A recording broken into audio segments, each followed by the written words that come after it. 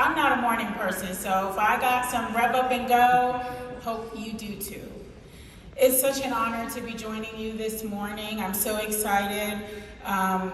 It's been great to see many familiar faces and definitely meeting new ones. As you heard, I was with the agency for over 15 years before going to DCF, and so I'm so happy to be back at ACA, to be back fully immersed in the healthcare space, and excited as we rev up for success. I love your slogan and logo for this conference. And as the leader of ACA, I want to make sure that we're right there beside you, pushing into high gear to make sure we can raise the bar on quality in healthcare. I want to thank Emmett Reed, Deborah Franklin, and the leadership team at the Florida Healthcare Association for inviting me and being so welcoming for me to be here this morning. So as you all know, again, my journey at ACA has been long, and it's been interesting coming back. The more things change, the more they stay the same. One of the things that remains true is our mission, better healthcare for Floridians. And so we've been laser focused on that and ensuring that it's not just words on a paper, words on our website. It's embodied in everything that we do. It's embedded in everything that we do. My return to ACA is really marked by some of my experiences at DCF. One of the things that I bring with me now is perspective. At DCF, I work with a lot of vulnerable populations, including seniors. And so I bring that experience back with me in wanting to sharpen our pencil, sharpen our focus as we draft policy and regulations for how we improve quality, how we improve upon regulations, but most importantly, how we show up our best selves every single day to ensure our loved ones get the care that they need. We are all aging at some point. We will all need the assistance as we get older. We also have parents and grandparents. And so the work that you all are doing in this space is so vital and so critical for hundreds of thousands of individuals in our state, if not millions. And so I want to make sure that we're all heading in the same direction. My vision from a regulatory perspective is that we're fair, we're timely, and we're transparent, and we continually look for opportunities to improve and streamline regulations without sacrificing quality. Here's the good news. Florida continues to lead nationally in nursing home quality. According to data from the Centers for Medicare and Medicaid Services, Florida's potentially preventable readmission rate is 9.3%, beating the national average of 10.5%. That means better discharge planning and fewer hospital returns. Okay, I'm an overachiever. I was an A student most of my life. And so I like to beat the odds, beat the averages, and always be on top. So I'm always going to look for the wins in our state, and I'm always going to try to make sure we're striving for better. So I'm going to go on and share more wins for our state. We're doing better at getting Floridians back home. 52.1% of skilled nursing facility residents in Florida are discharged back into the community, again exceeding the national benchmark of 49.9%. And in regards to infection control, Florida's observed rate for healthcare-associated infections is 6.2%, lower than the national rate of over 7%. Meaning that with Florida's stringent regulatory protocols and the work of our wonderful providers and professionals, Florida is focused on quality and safety in our nursing homes. And again, the data speaks for itself. But these again are just not numbers in a database. Behind every number is a grandmother, a father, and again, thousands of loved ones across our state. According to CMS's Care Compare data, Florida ranks 8th nationally for the percentage of nursing home beds rated 4 or 5 stars. Again, that means that over 30% of our certified beds are at the highest level of quality, well above the national average of 31%. And Florida is outperforming our peer states like Texas and New York, Ohio, and Pennsylvania. We always want to beat Texas.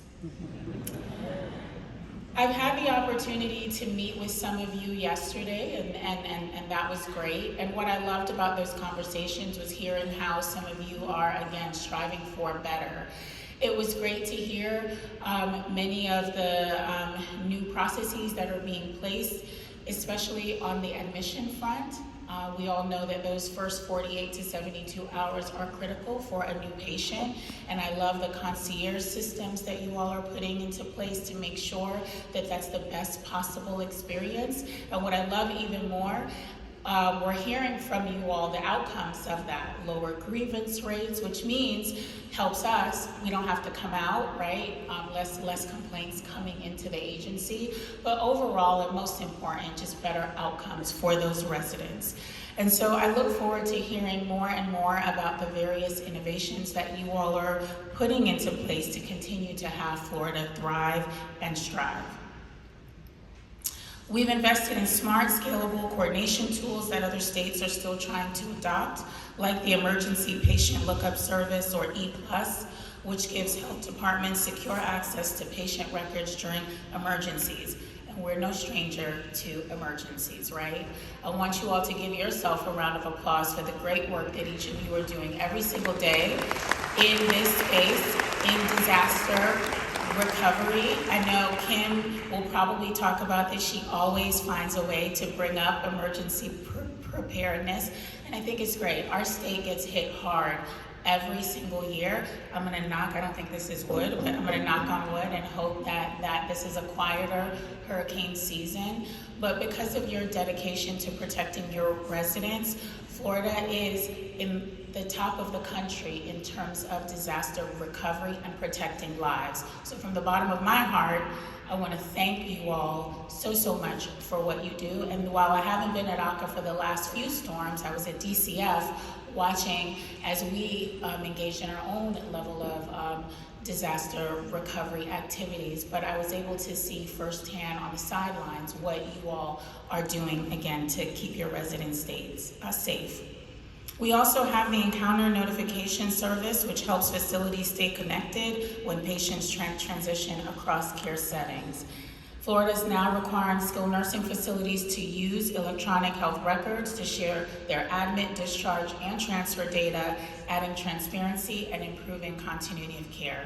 And I'm sure Kim will talk to you more about the push that I've been making around transparency. We collect a lot of data.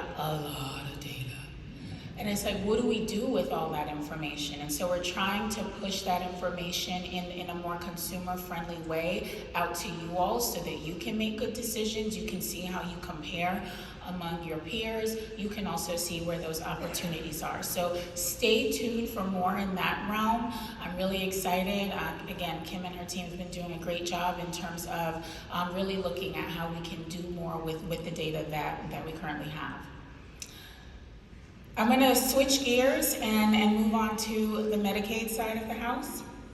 So on the Medicaid front, I am laser focused or hyper focused on ensuring that recipients have timely access to care, chiefly important, and that our providers are paid timely, and that we're raising the bar on quality again. I want Florida to lead. I want us to really look at longstanding challenges that we have been experiencing, stare them in the face, and work collaboratively with our partners, our partner associations, to really tackle it and find strategies and solutions. Again, I feel like we should be leading from the front.